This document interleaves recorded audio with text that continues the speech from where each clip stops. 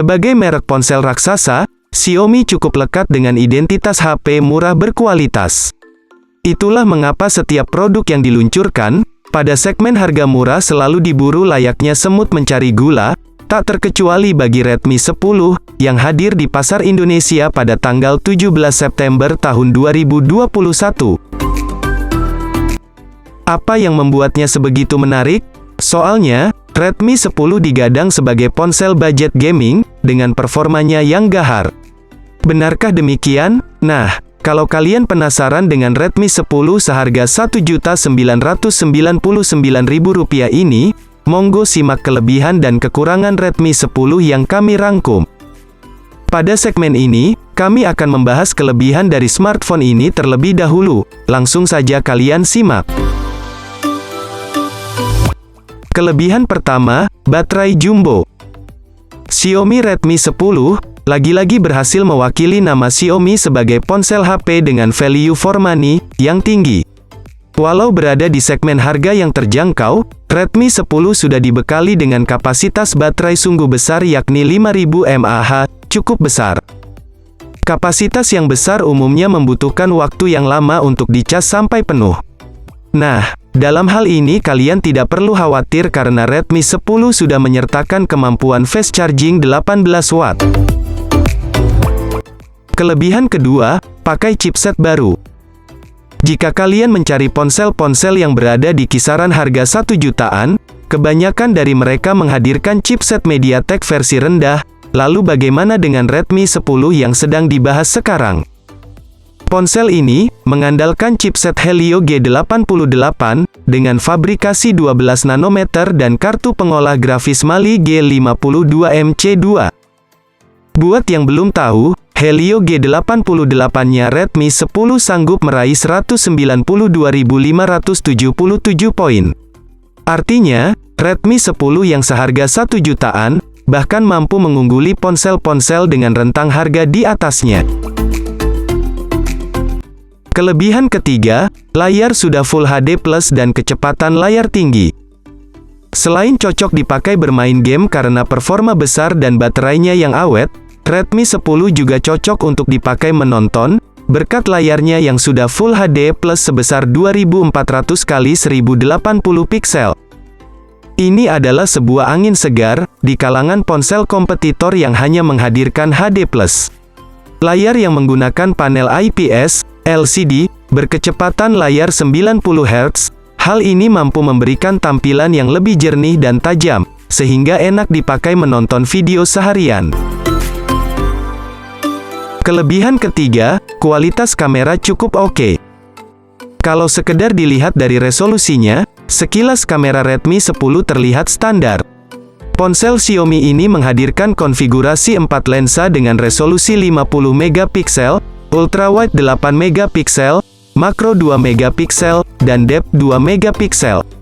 Kalian bisa mengambil foto panorama dengan sudut keluasan 118 derajat, serta menangkap objek secara dekat. Tidak hanya itu, kalian pun bisa mengambil selfie dengan palem gestur, sehingga tidak perlu ribet meminta tolong difotokan orang lain saat hendak mengambil selfie grup. Tidak lupa, Xiaomi juga menyertakan fitur HDR, slow motion, Google Lens, dan perekaman video pendek. Itu tadi resolusi dan beberapa fiturnya. Apakah Redmi 10 mampu menghasilkan kualitas gambar yang bagus?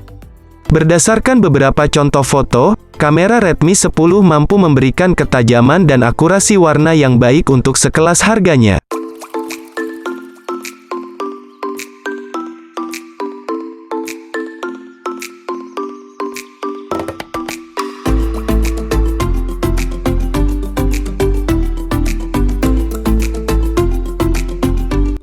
Kelebihan keempat, kualitas konektivitas lengkap.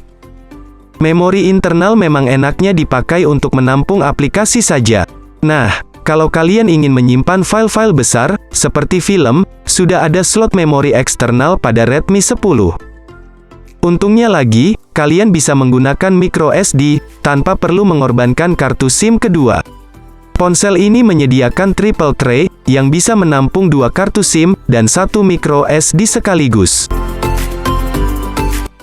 Sementara itu, batas maksimal kapasitasnya adalah 512 GB. Lagi-lagi, Redmi 10 berhasil menawarkan kenyamanan pada penggunanya.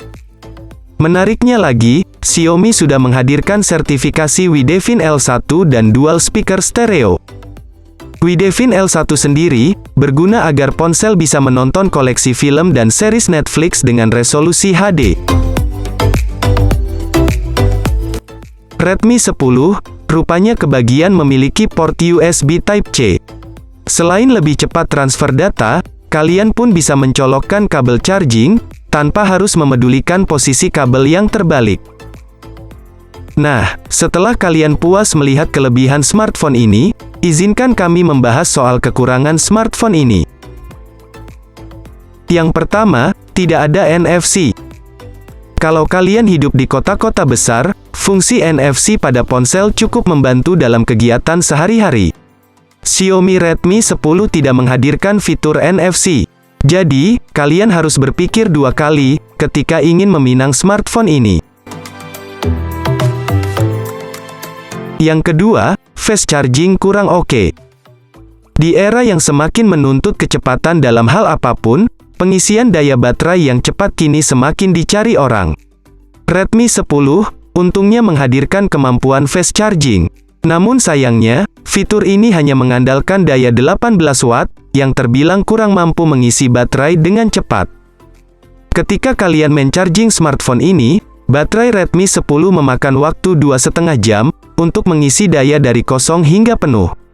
Untuk seukuran HP yang memiliki fitur fast charging, durasi pengisian ini masih tergolong cukup lama, sehingga bagi kalian yang berharap pengisian daya yang kilat, mungkin agak sedikit kecewa dengan kekurangan ini.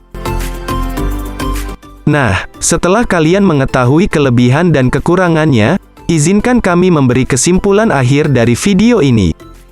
HP yang telah mengalami beberapa peningkatan dari Redmi 9, cukup layak dijadikan pertimbangan. Terutama jika kalian mencari HP yang bisa memenuhi kebutuhan fotografi harian, aspek pencitraan Redmi 10 mampu menghasilkan gambar yang lumayan bagus. Bahkan, pada malam hari sekalipun. Memang, performa fast chargingnya kurang bisa diandalkan, begitupun dengan fitur NFC yang absen. Tapi kedua kekurangan ini cukup bisa dimaklumi kalau mengingat rentang harganya yang terjangkau.